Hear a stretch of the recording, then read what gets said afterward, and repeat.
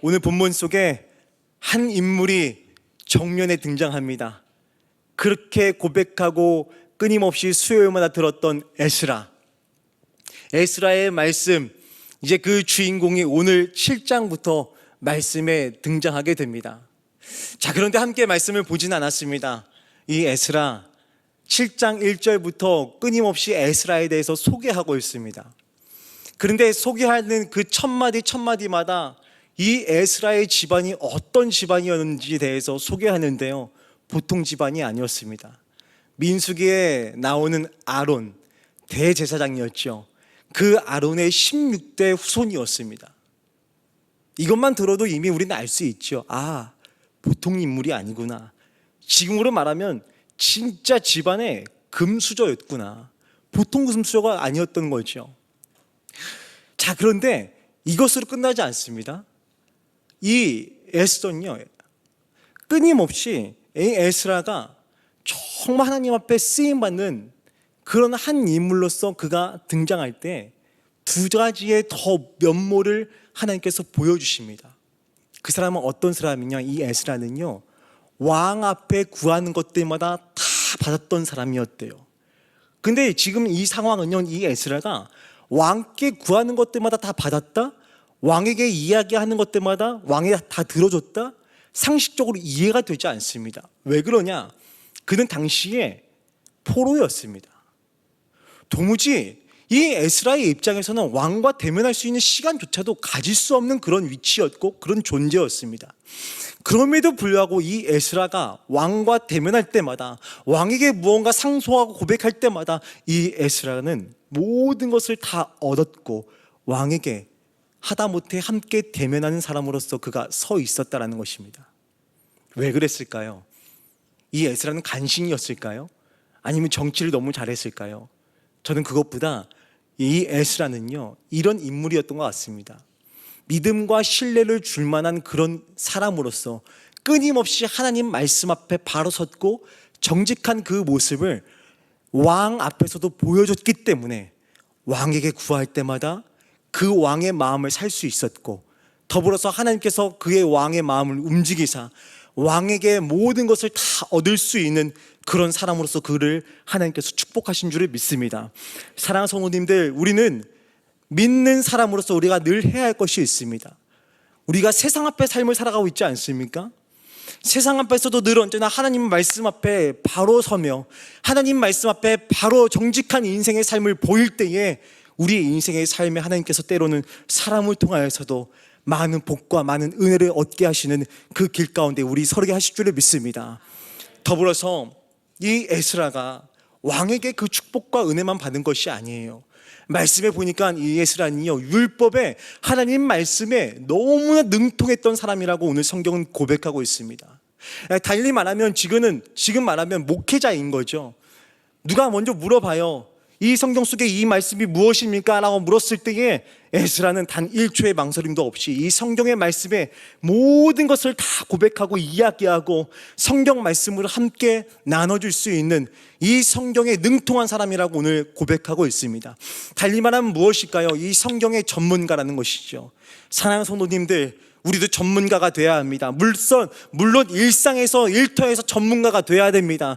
하지만 더 나아가서 우리는 하나님과 교제하는 그 관계 안에서도 전문가의 모습을 보여야 될 줄을 믿습니다. 많은 것들에 있어서 우리 인생의 삶이 많은 노력을 하며 삶을 살아가고 있습니다. 자녀들도 지금 끊임없는 스펙을 쌓기 위해서 끊임없는 노력과 수고와 땀을 흘리며 삶을 살아가고 있습니다. 여기 계신 우리 성도님들도 마찬가지시죠.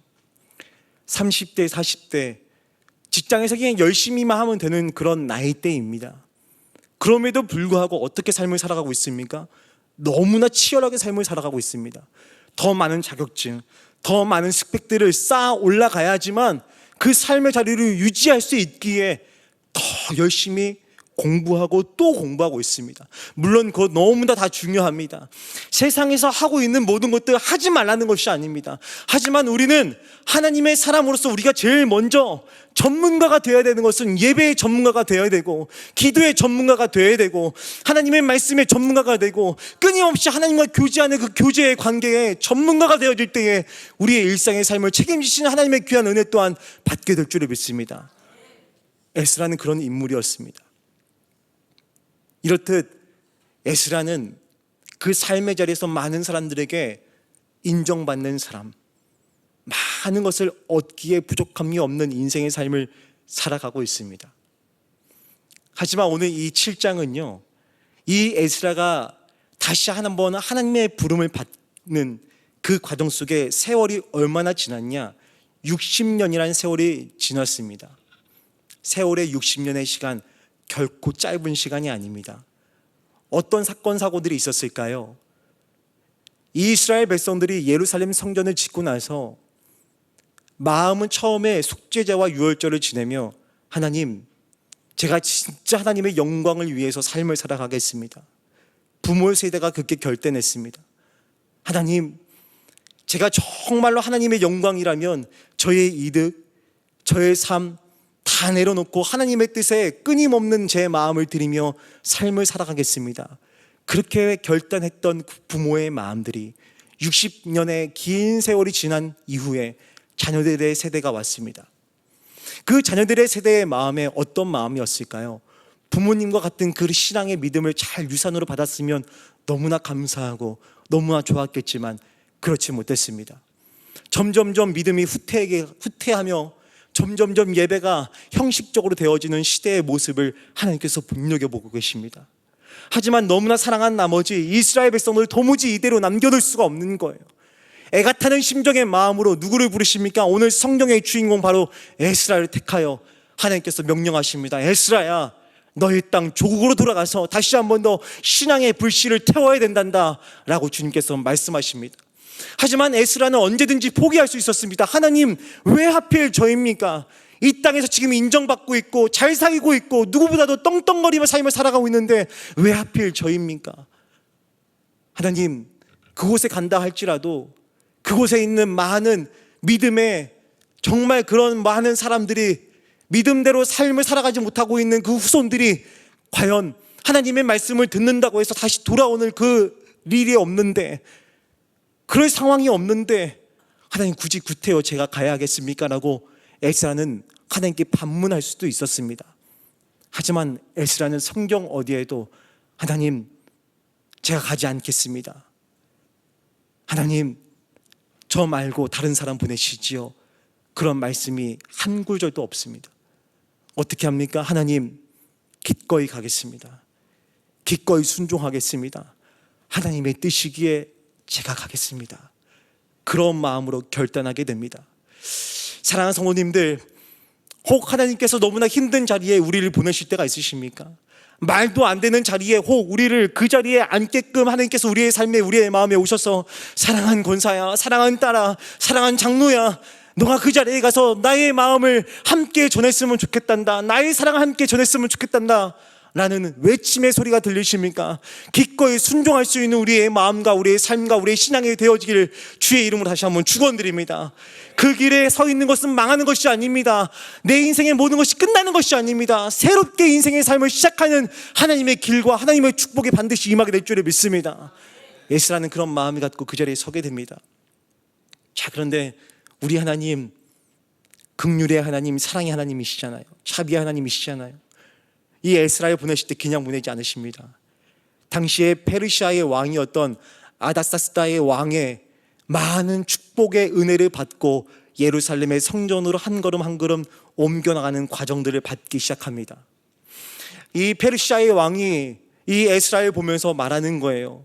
있잖아, 분명히 네가 사막의 이 어둠의 골짜기를 한번 지나가야 될 텐데 그곳은 강도들이 많단다, 도적대들이 많단다.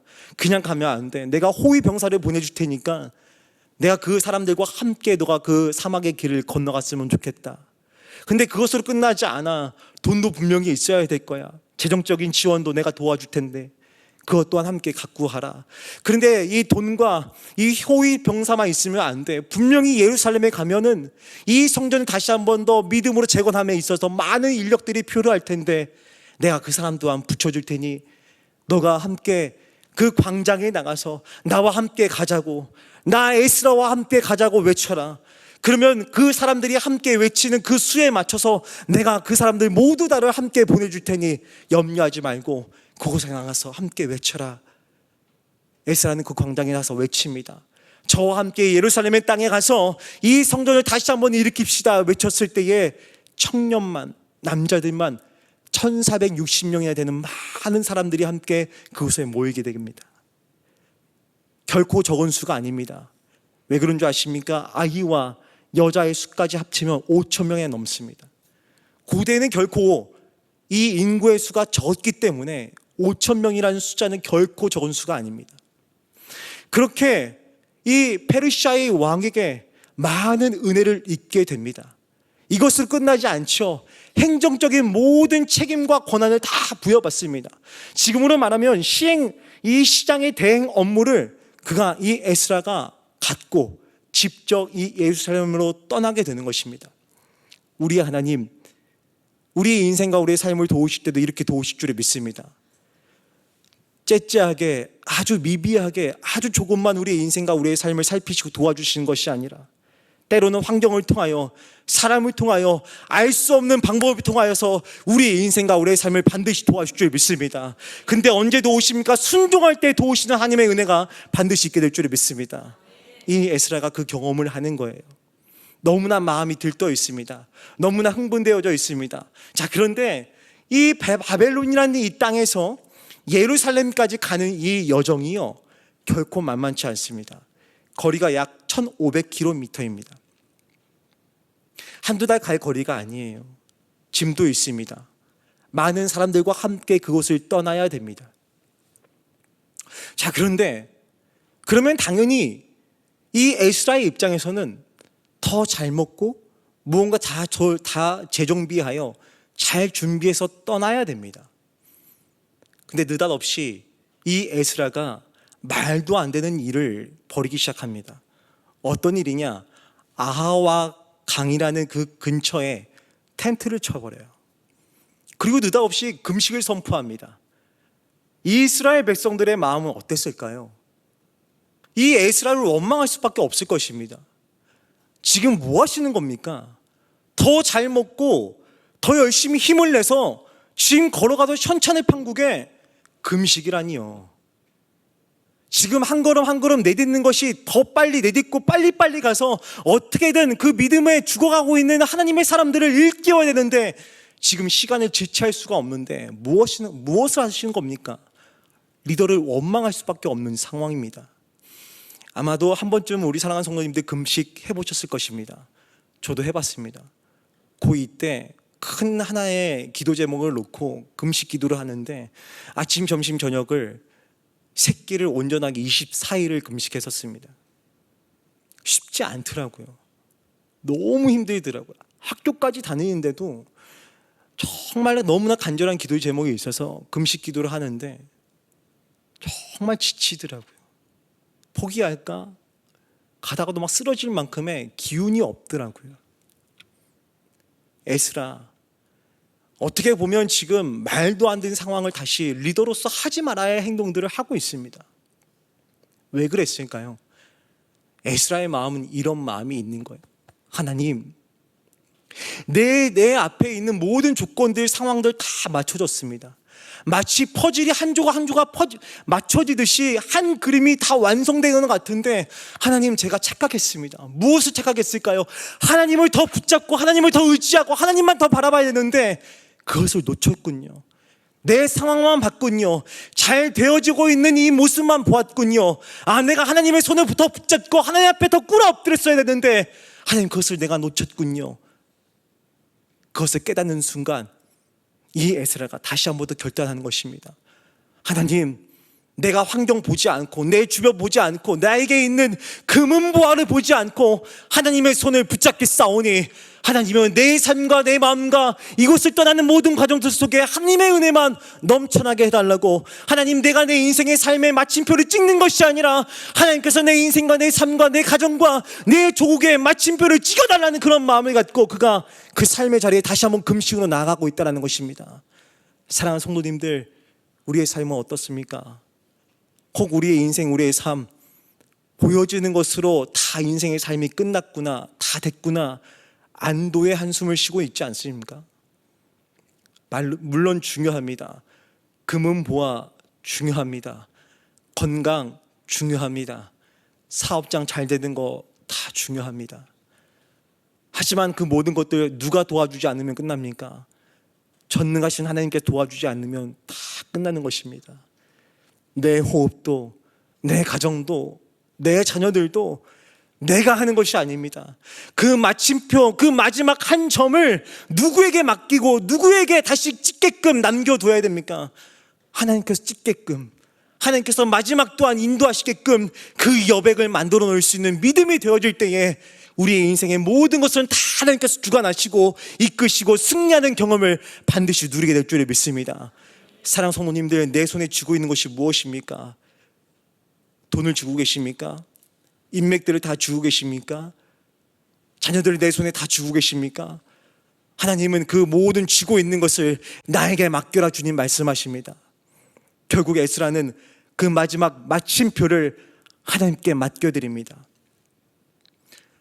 여기까지도 이스라엘 백성들은 이해가 되지 않는 거예요. 이해되지 않는 이스라엘 백성들의 삶과 마음에 하나님께서 이것을 다 분명하게 보여주십니다. 8장 31절의 말씀을 우리 함께 한 목소리로 읽어보겠습니다. 31절입니다. 같이 읽겠습니다. 시작. 첫째 달 12일에 우리가 아와 강을 떠나 예루살렘으로 갈새 우리 하나님의 손이 우리를 도우사 대적과 길에 매복한 자의 손에서 건지신지라. 아멘. 우리 다시 한번 크게 아멘 하겠습니다. 아멘. 우리의 인생과 우리의 삶 주님께서 건지실 줄을 믿습니다. 내 삶과 내 환경과 내 모든 것을 붙잡고 있는 인생이 아니라 진짜 맡겨드렸을 때 건짐의 은혜와 건짐의 축복이, 건짐의 구원이 우리의 삶과 우리의 가정과 우리의 자녀들의 모든 인생의 삶 가운데 반드시 임하게 될 줄을 믿습니다. 에스라는 이것을 경험하는 거예요. 에스라만 경험한 것이 아닙니다. 이스라엘 백성 모두가 함께 이것을 경험했습니다. 아, 맞아, 하나님께서 도우지 않으시면 안 되는구나, 하나님께서 역사하지 않으면 안 되는구나.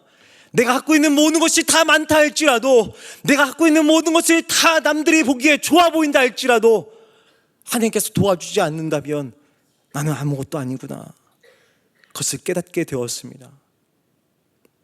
사랑하는 성도님들, 다시 한번 축복합니다. 너무나 힘든 경기를 우리는 이겨내고 있고 버티고 있습니다. 저는 솔직하게 아이들하고 이렇게 길을 갈 때마다요, 참 부끄러워요. 아이들과 손잡고 차를 타고 이동할 때마다 죄송해요, 우리 정치가들의 현수막들을 보면서 정말 부끄러워요. 얼마 전에는 진짜 안 보고 싶은 문구까지 봤어요. 땡땡땡 뭐뭐야 다 해라, 혼자 다 해라. 아이들이 그걸 보면서 다 하고 있어요. 얼마나 부끄러운지 몰라요. 아이들은 힘이 있으면 되는구나, 아이들은 돈만 있으면 되는구나, 벌써 아이들의 생각과 사고가 그런 마음을 갖고 있는 시대가 되어버렸습니다. 교회에 와서도 그 아이들의 마음이 말씀으로 채워지는 건 맞습니다. 하지만 그 아이들의 마음이 성전의 뜰을 벗어나자마자, 이 문 밖을 지나자마자 그 아이들의 마음은 그래, 힘과 권력이 최고지, 돈과 명예가 최고지. 어린 아이들도 벌써 그런 마음을 갖고 있는, 그런 마음을 붙잡고 삶을 살아가는 시대가 되어버렸습니다. 사랑하는 성도님들, 아무리 3세대, 4세대, 5세대 믿음의 삶을 신앙을 물려받는다 할지라도 우리가 반드시 이것을 알아야 됩니다. 맞아, 끊임없이 내가 하나님 앞에 그 마침표를 찍고 있는 모습과 엄마, 아버지의 그 고백이 그 삶 가운데 보여지지 않는다면 믿음의 후손들은 무너질 수밖에 없는 것이구나. 오늘 이스라엘 백성들도 마찬가지 아니었습니까? 그렇게 부모의 세대에서 성전 건축을 할 때 그냥 건축하지 않았습니다. 속죄제와 유월절을 드리면서 벽돌 한 장 쌓아 올라갔었습니다. 내가 드리겠습니다 하나님, 내가 헌신하겠습니다 하나님. 그럼에도 불구하고 어떻게 되었습니까?